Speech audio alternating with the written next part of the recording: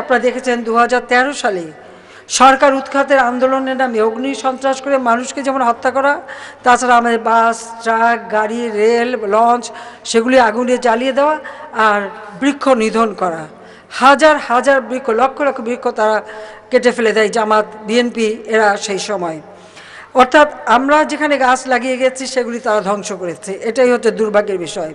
যা হোক, আমরা আমাদের যে গৃহীত পদক্ষেপগুলি আমরা করে গিয়েছিলাম তার সুফল মানুষ পেতে শুরু করে, কিন্তু এই ধ্বংসযজ্ঞগুলি সত্যি দেশের জন্য অনেক ক্ষতিকর।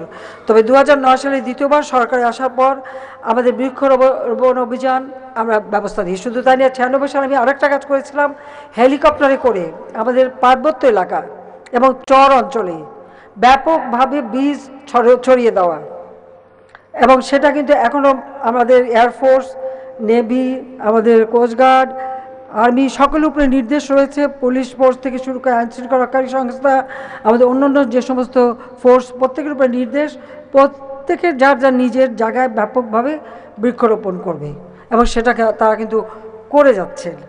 আমরা বনজ সম্পদ সংরক্ষণ, টেকসই ব্যবস্থাপনা, পরিবেশ দূষণ নিয়ন্ত্রণ, জলবায়ু পরিবর্তন জনিত ঝুঁকি মোকাবেলায় সক্ষমতা বৃদ্ধি, পরিবেশ ও জীববৈচিত্র্য সংরক্ষণ এবং মানব সম্পদ উন্নয়নে ব্যাপক কর্মসূচি আমরা হাতে নিয়েছি।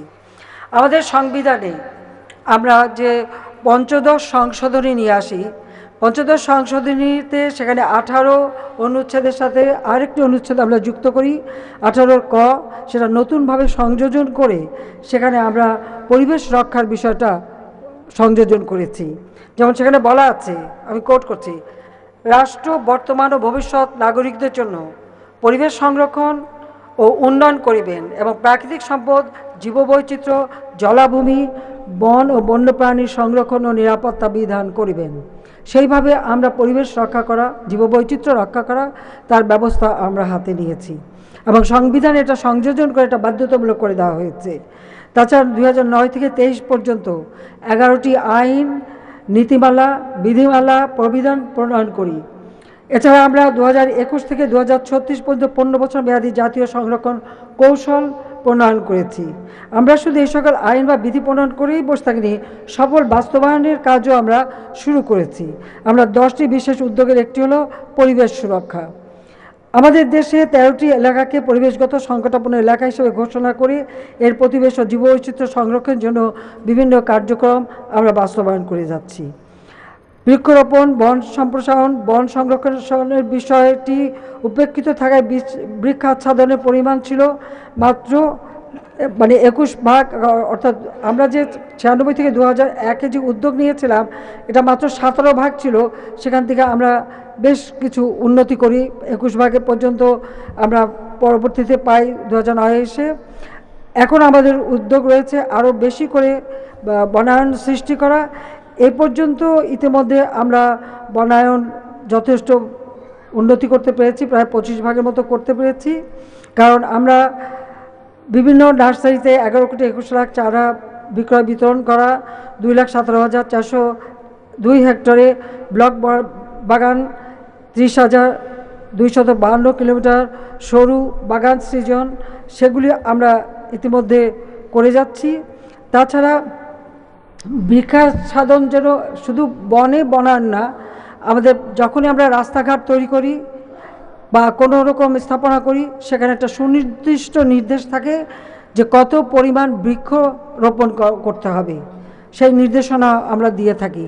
যে কোনো পরিকল্পনা আমরা যখন নেই, উন্নয়ন পরিকল্পনা, সেই পরিকল্পনায় অবশ্যই আমাদের পরিবেশ রক্ষার বিষয়টা, এবং যদি কোথাও আমাদের জায়গার জন্য গাছ কাটতে হয় তো যত গাছ কাটবে তার থেকে 3 গুণ বেশি গাছ তারা লাগাবে, এই শর্তটা কিন্তু আমরা জুড়ে দিই।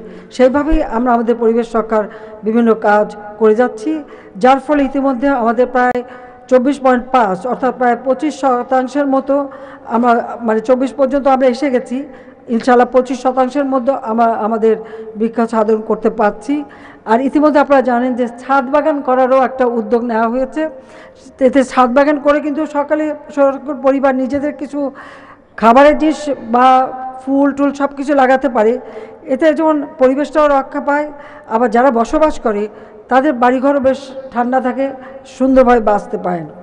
আমাদের যে সুন্দরবন, ম্যানগ্রোভ, এটা আমাদের ন্যাচারাল, এবং সেটা আমাদেরকে এই ঝড় ঝঞ্ঝা জলোচ্ছ্বাস থেকে রক্ষা করে। কাজে সুন্দরবনকে আরও সুরক্ষিত করা এবং সুন্দরবনের কার্বন মজুদের পরিমাণও বৃদ্ধি পেয়েছে।